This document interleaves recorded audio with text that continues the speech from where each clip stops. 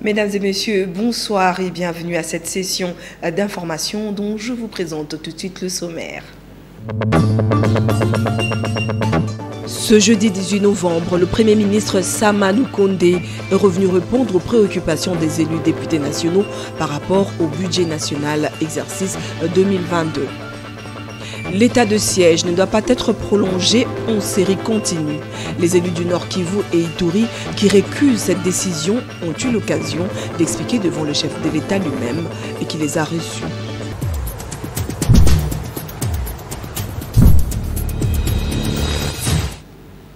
Une fois de plus, mesdames et messieurs, bonsoir et merci de nous avoir choisis pour vous informer. Conduit par le président de l'Assemblée nationale, Mbosoko Diapwanga, les députés nationaux des provinces sous administration militaire Nord Kivu, Ituri ont été reçus mercredi 17 novembre dans la soirée par le chef de l'État Félix Antoine Tshisekedi Tshilombo. Ces élus se sont expliqués quant à leurs réserves par rapport au prolongement d'un état de siège. James Katamboy, Papi Katassi. Ces mois, par leur absence, aux plénières de l'Assemblée nationale consacrée à l'examen de la prorogation de l'état de siège dans les provinces du Nord Kivu et de l'Ituri. Ce mercredi dans la soirée, ces députés nationaux de provinces sous état de siège, conduits par le président de l'Assemblée nationale Christophe Mbosoko Diapwanga, ont été reçus à la Cité de l'Union africaine par le président de la République Félix Antoine Tshisekedi Tshilombo. Dès l'entame, ces caucus des députés ont expliqué aux garants du bon fonctionnement des institutions leur motivation dans la décision de ne plus participer au débat sur la prorogation de l'état de siège. Nous faisons appel aux cris de détresse de nos populations qui sont massacrées au quotidien et qui, nous en tant qu'élus, nous ne pouvions que par solidarité avec eux montrer un signe de mécontentement avec cet état de choses. Maintenant, cela ne veut pas dire que nous ne souhaitons pas que l'objectif que le chef de l'État a fixé à l'état de siège, qui est de rétablir la sécurité et la paix, ne soit pas atteint. C'est ce que nous souhaitons. Mais bien sûr, il était important de pouvoir en tout cas poser les problématiques actuelles qui se passent dans la mise en place de cet état de siège. En accordant une oreille attentive aux préoccupations de ses élus, le chef de l'État a démontré une fois de plus sa détermination à rétablir la sécurité et la paix dans ces deux parties du pays, et c'est ce que reconnaît le porte-parole de député Mwanza Amisi Singoma. Ce soir, en tout cas, le chef de l'État nous a rassuré que ces préoccupations qui sont les nôtres sont les siennes et que sans dévoiler des secrets d'État, en tout cas dans les semaines à venir, mois à venir, nous allons travailler dans cette démarche de résoudre ces problématiques qui ont été couchées, notamment dans les recommandations qui avaient été faites dans la commission défense et sécurité. Nous avons pu aussi présenter d'autres recommandations, notamment sur le plan des opérations militaires. Et je pense que là aussi des décisions seront prises. À la question de savoir si, à l'issue de cette rencontre, les élus du Nord Kivu et de l'Ituri reprendront leur place dans l'hémicycle pour statuer sur les prochaines prolongations de l'état de siège, le porte-parole des députés est resté un tout peu évasif. Le chef de l'État nous a écoutés. Il a le même entendement que le nôtre. Je pense que maintenant, vous verrez à la prochaine prolongation sûrement le comportement que nous avons comme élus, mais je peux vous dire qu'à ce stade-ci, nous sommes quand même satisfaits de ce qui a été dit. Il faut rappeler que c'est le même mercredi que l'Assemblée nationale a voté la 12e prorogation de l'état de siège dans les Nord Kivu et dans l'Ituri. En images, comment impliquer la diaspora congolaise dans la dynamique de la construction de la République démocratique du Congo? Telle est la problématique au menu des travaux du forum ouvert mercredi 17 novembre 2021 par le président de la République, Félix-Antoine Tshisekedi. Une centaine de représentants de la diaspora congolaise réunis à l'hôtel King Plaza Rotana réfléchissent sur les voies et moyens de contribuer à la reconstruction de la RDC tout en s'appuyant sur l'expérience de seconde partie. Principal organisateur de ce forum, le conseiller spécial du chef de l'État chargé de la lutte contre la pauvreté a indiqué que la diaspora congolaise, une de plus nombreuses et dynamique, tient à garder le cordon ombilical qui la lie à la terre-mère RDC. S'appuyant sur le rapport du PNUD, ce forum affirme que le volume de transactions de la diaspora vers le Congo-Kinshasa dépasse le milliard de dollars américains. Et toujours en image, le Premier ministre Jean-Michel Sama Lukonde, répondant aux questions des élus du peuple ce jeudi 18 novembre 2021, s'est refusé de verser dans la polémique autour de la reconstruction du train de vie, de la réduction plutôt du train de vie des institutions soulevée lundi dernier lors de la présentation de la loi des finances de l'exercice 2022. Sama Lukonde Kienge a rassuré aux élus nationaux de la détermination du gouvernement à travailler incessamment pour l'amélioration des conditions de vie des agents de l'État. Le Premier ministre a dit, je cite, « Votre gouvernement réaffirme sa détermination à tout mettre en œuvre afin d'améliorer les conditions de vie de toutes les catégories sociales de notre peuple, en ce compris nos vaillants policiers et militaires, et non par le bas » a-t-il fait remarquer. Notre gouvernement a fait de la question du recensement une question cruciale au regard de l'importance qu'elle revêt. C'est ainsi que nous travaillons à la mutualisation des services pour nous permettre de démarrer les opérations du recensement. Mais je tiens à préciser que l'organisation des élections n'est en rien tenue par le résultat du recensement. Ce travail nécessaire permettra d'avoir des statistiques claires, permettant de déployer notre plan de développement d'une part et d'autre part les Congolais d'une carte d'identité. Fin de citation.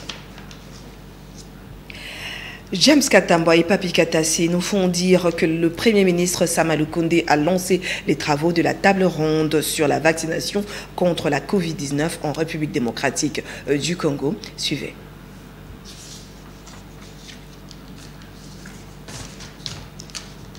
Représenté personnellement le chef de l'État, Félix-Antoine Tshisekedi Tshilombo, c'est mercredi 17 novembre 2021 à Pullman Hotel de Kinshasa au lancement des travaux de la vaccination contre la Covid-19 en République démocratique du Congo.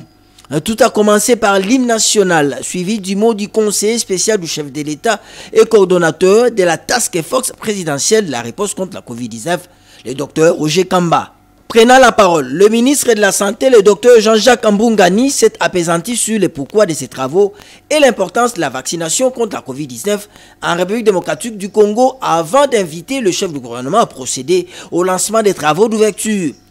Placés sous le haut patronat du chef de l'État, ces travaux se tiennent du 17 au 18 novembre 2021 à présence de toutes les parties prenantes à la lutte contre la Covid-19, dont le comité multisectoriel d'urgence contre cette pandémie. Face à cette pandémie, qui continue à provoquer des victimes et qui impacte négativement l'économie mondiale, le vaccin demeure en effet la grande alternative. Or, notre continent présente encore un taux faible de couverture vaccinale, alors que dans plusieurs contrées du monde, la vaccination s'intensifie malgré les résistances. En ce qui concerne la République démocratique du Congo, à la suite de la découverte au mois de mars 2020 des premiers cas Covid, le gouvernement a mis en place le comité multisectoriel de riposte dans le but de limiter la propagation du virus.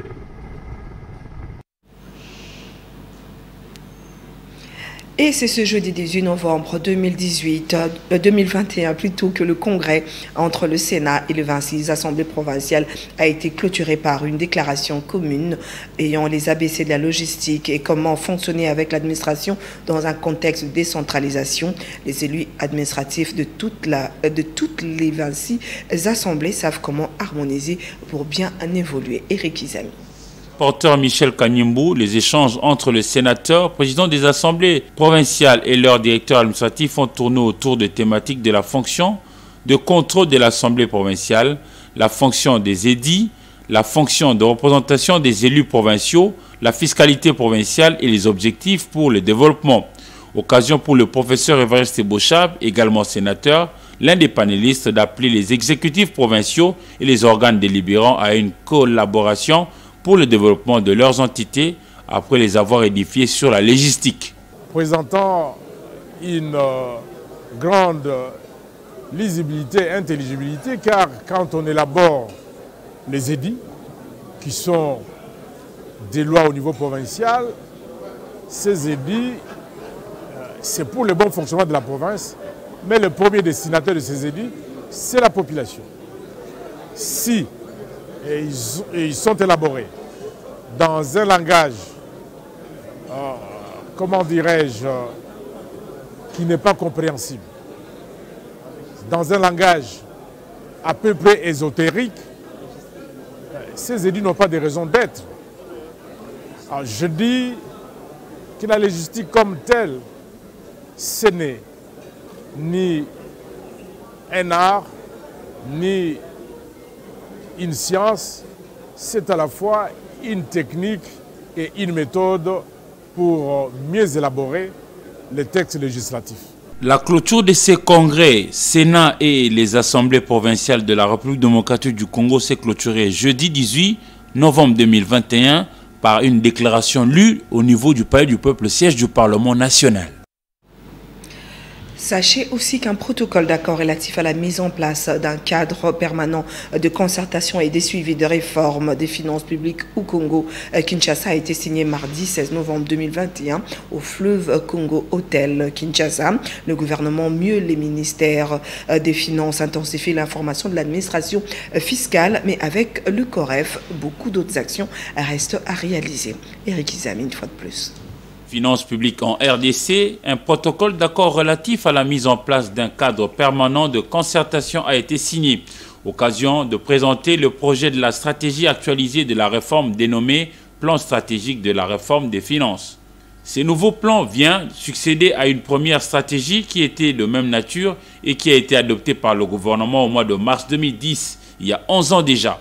D'où cette réponse claire à la question: pourquoi un autre plan pour le Congo-Kinshasa? La réponse à cette question tient à la fois au fondement même de la réforme d'une part et aux données du contexte dans le pays et à l'international.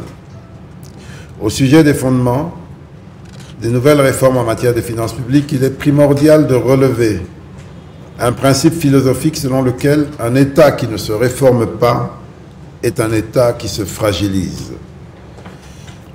Ainsi, face aux faiblesses qui caractérisent la gestion des finances publiques d'une part et aux défis de la décentralisation de l'État d'autre part, le gouvernement avait pris l'option de refondre l'ensemble du système de gestion des finances publiques dans le cadre du plan stratégique de réforme des finances publiques adopté en mars 2010. Un pas a été franchi, mais beaucoup reste encore à faire, d'où la nécessité d'œuvrer pour un consensus. Nous avons tout de même progressé pendant cette période. Et j'ai noté dans les éléments clés de progrès, notamment d'abord le cadre légal. Ce cycle précédent nous a permis de doter le pays d'un cadre légal à travers la LOFIP et également de faire quelques progrès qui, les tout derniers, sont bien entendu le début d'informatisation de la chaîne de la recette. Et c'est avec foi que le ministre national Nicolas Kazadi a salué la signature de ce nouveau protocole d'accord pour atteindre une performance réelle dans les finances publiques. Allons en province pour vous dire que Madame Ayoun Lin, deuxième personnalité de l'ambassade de la République du Corée du Sud en séjour dans la province du Nord Kivu, a été reçue en audience par le gouverneur militaire, le lieutenant-général Nzima Kongba Agoma. Les détails avec notre correspondant Charlie Omba. Reçu par son Excellence le gouverneur de la province du Nord Kivu. Nous sommes accompagnés d'une délégation de l'ambassade de Corée du Sud et de la coopération coréenne de la Corée du Sud qui est venue en fait nous rendre visite au Nord Kivu. C'est un grand partenaire de la province du Nord Kivu et aussi un grand partenaire du PNUD.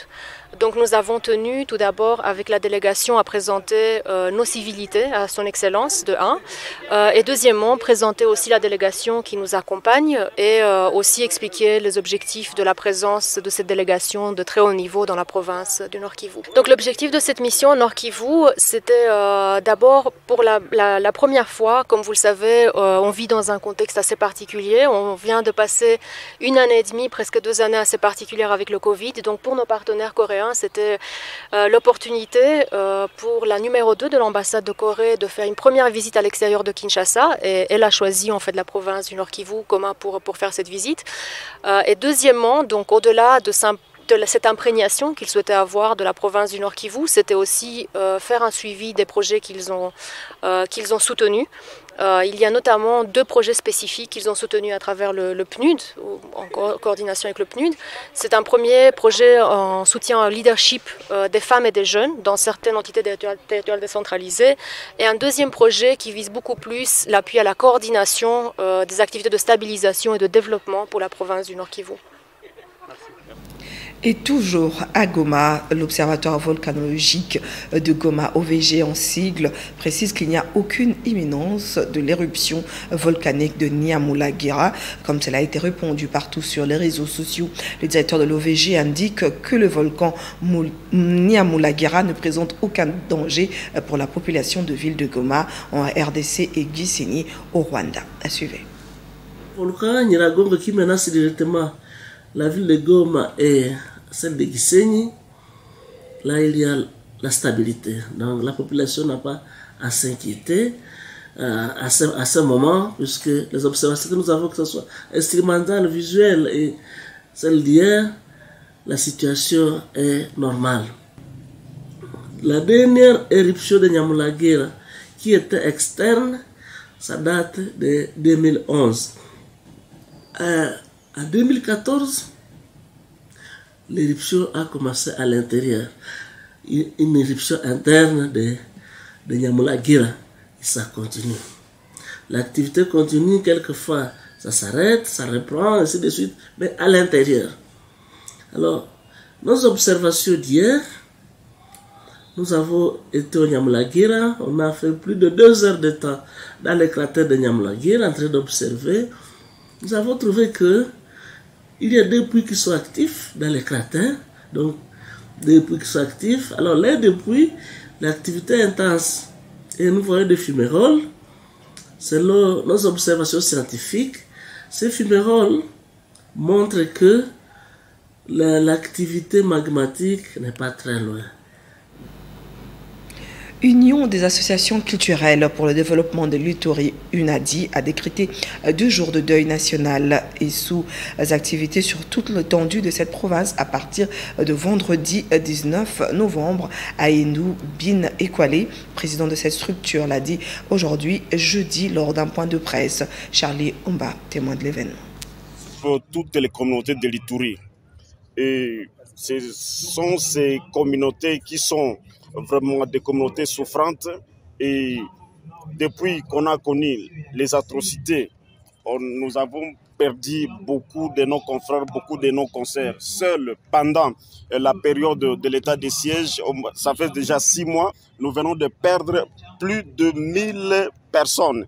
Alors, on se demande, qu'est-ce que Kinshasa est en train de raisonner par rapport à Ituri, parce que aucun jour de deuil n'est décrété comme deuil national, parce que les gens meurent du jour au jour. Et si vous faites plus de 1000 morts, vous faites la moyenne par mois, les gens meurent combien? et il y a des cas récents. Raison pour laquelle, pour nous, trop, comme l'état de siège a failli dans sa mission, nous ne cesserons pas toujours d'appuyer nos militaires parce que nos militaires sont en train de mourir, nos militaires sont en train aussi de souffrir. Leurs argent sont détournés. Raison pour laquelle, pour nous, et pour pleurer nos morts, comme l'État congolais ne s'intéresse pas aux morts qui se passent dans l'environnement de l'Ituri, c'est pour cette raison que l'INADI, à partir de vendredi et samedi, nous décrétons 2 journées de deuil pour pleurer nos morts parce que jusqu'à présent, on ne sait pas quand est-ce que nous, communauté, nous aurons la paix. Élection organisée mercredi 17 novembre 2021 à Inongo, la province de Mai-Ndombe, pour choisir les dirigeants du comité exécutif qui va diriger le conseil provincial de la jeunesse dans cette partie de la RDC pour une durée de 5 ans de mandat. Ce comité a désormais 13 membres, dont voici le détail avec notre correspondant à Inongo, Armand Minigno. Définitif du Conseil provincial de la jeunesse. Le dit comité a vu le jour ce mercredi 17 novembre 2021 par voie des élections et il est composé de 13 membres. Ce scrutin a eu lieu en la salle Ngomba de la paroisse Saint-Albert en présence du maire de la ville d'Inongo, de membres du comité provincial de sécurité, du chef de division de la jeunesse et des autres hauts dignitaires de la province. Plus de 80 jeunes ont pris part au vote. C'est M. Dali Mowedi qui va désormais diriger le conseil provincial de la jeunesse de Mai-Ndombe pour une durée de 5 ans. 3 temps forts ont dominé cette opération, à savoir l'étape de la validation de mandat et de l'appel nominal des candidats aux différents postes, l'étape de dépouillement et celle de la publication des résultats. Le président du conseil de la jeunesse de Mai-Ndombe, nouvellement élu, M. Dali Mowedi, place son mandat sous les signes de changement de mentalité. On ne peut pas travailler avec la jeunesse qui est un peu reculée par rapport aux mentalités. Nous devons changer nos mentalités et après avoir mené les actions sur les changements de mentalité, nous allons axer sur les développements. Les développements où nous voulons à ce que tous les jeunes puissent se mettre en mouvement. Les jeunes puissent savoir qu'ils sont les acteurs de leur épanouissement. Et de là, nous allons élaborer des cahiers de charges que nous allons faire pour remettre, soit pour proposer aux autorités qui sont appelées à la prise de décision. Sur les 13 membres qui composent le conseil provincial de la jeunesse de Mai-Ndombe, on retrouve 10 hommes et 3. Et dans notre rubrique Actu vue par les autres, Esther Badibiabia et Patim Bouzi ont tendu leur micro à Jean-Didier Moukadi de Télé 7. Suivez. L'actualité qui domine ce jour, c'est juste la réhabilitation de Atou, le gouverneur du Congo central, qui, le président, après le Conseil d'État, a initié ou a donné une circulaire, notifié les vice-premiers ministres et ministres de l'Intérieur à Selo, afin que cette décision soit exécutée. Alors, chose déplorable, on a remarqué que l'intérimaire qui assume du côté Congo central n'a pas voulu que ces services puissent acquérir réception de la circulaire ou de la notification du Conseil d'État. Et puis c'est le procès Chebea aussi qui a pris fin hier, mercredi, d'où nécessité des plaidoiries le 23 décembre.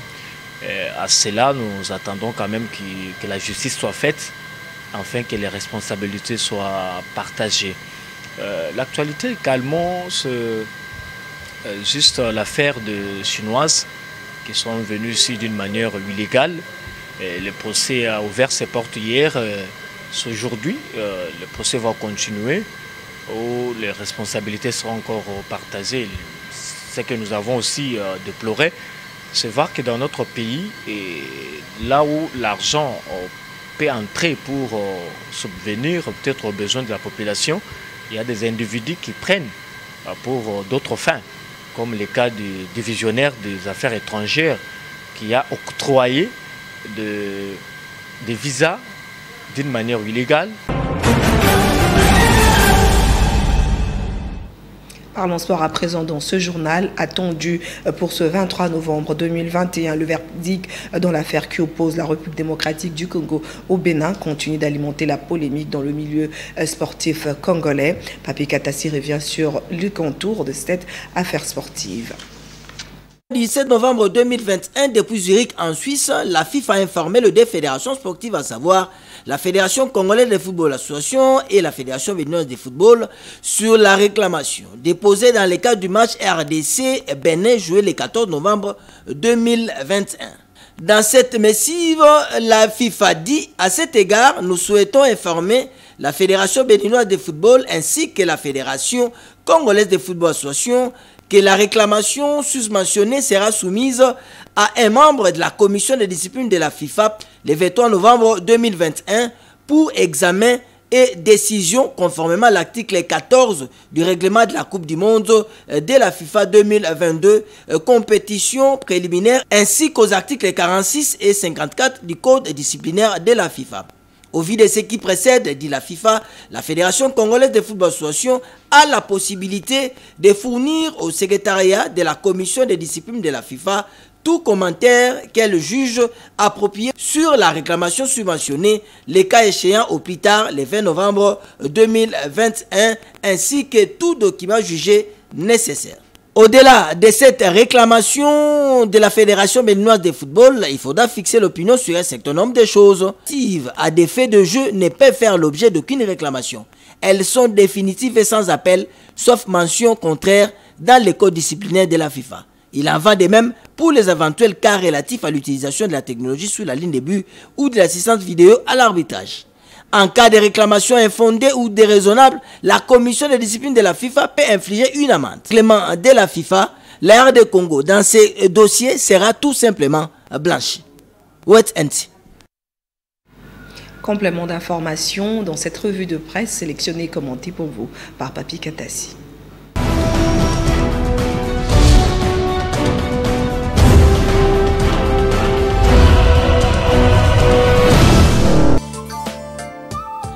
Mesdames et messieurs, top départ de cette revue de presse de ce jeudi 18 novembre 2021. La prospérité informe en marge de sa participation au forum de la diaspora à Kinshasa.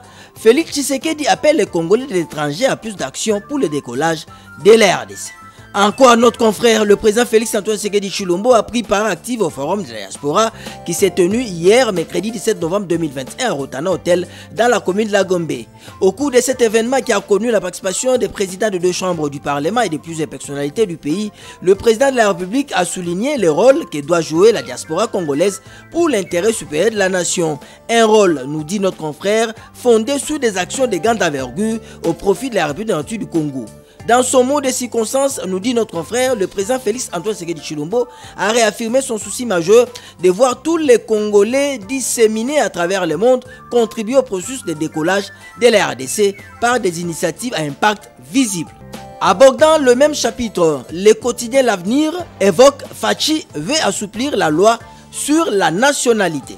Pour l'avenir, ce forum qui s'est ouvert en présence d'un échantillon de la diaspora congolaise vivant dans les quatre coins du monde qui est venu dans ces forums de haut niveau afin de trouver un cadre de collaboration entre les institutions de la République et les filles et fils du pays éparpillés à travers le monde. L'un des points majeurs, nous dit notre confrère, de la vision du président de la République, Félix Antoine Tshisekedi Tshilombo, hôte des présentes assises.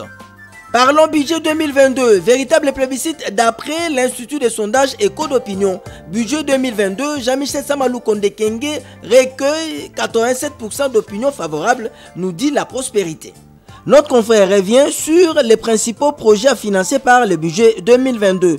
Il s'agit d'après, entre autres, des travaux de lutte anti-érosive à travers le pays, l'acquisition des matériels pour l'installation de la fibre optique en vue de la migration vers les systèmes téléphoniques CUCM, la construction des bâtiments devant abriter les tribunaux de paix dans 145 territoires, la pacification et la stabilisation de l'Est du pays, la réhabilitation et la construction des infrastructures devant abriter le 9e jeu de la francophonie, la construction des nouvelles casernes militaires ainsi que la réhabilitation de la base de Kitona et de Kamina. Terminons par l'organisation des élections en République démocratique du Congo. Cette fois-ci, l'avenir revient sur la préparation des élections de 2023. Denis Kadima et Jean-Marc Châtaignier en tête à tête. Selon notre confrère, l'ambassadeur de l'Union européenne en RDC, Jean-Marc Châtaignier, s'est entretenu mercredi 17 novembre 2021 avec le président de la Commission électorale nationale indépendante, Seni Denis Kadima Kazadi. Cette entrevue d'une heure était axée sur le processus électoral en cours. C'est une visite de travail que j'ai eu avec le président pour faire un petit peu le point sur les calendriers électoraux qui s'annoncent, la préparation des élections de 2023. On a échangé également sur les différents aspects techniques ainsi que sur les apports éventuels de l'Union européenne et de la communauté internationale, a déclaré le diplomate européen à l'issue de la rencontre. Ça n'est donc fini pour cette revue de presse. Au revoir et à demain. Et c'est par ici que prend fin cette session d'information, mais avant de la clore complètement, le rappel de titre. Ce jeudi 18 novembre, le Premier ministre Sama Lukonde est revenu répondre aux préoccupations des élus députés nationaux par rapport au budget national exercice 2022. L'état de siège ne doit pas être prolongé en série continue. Les élus du Nord Kivu et Ituri qui récusent cette décision ont eu l'occasion d'expliquer devant le chef de l'État lui-même et qui les a reçus.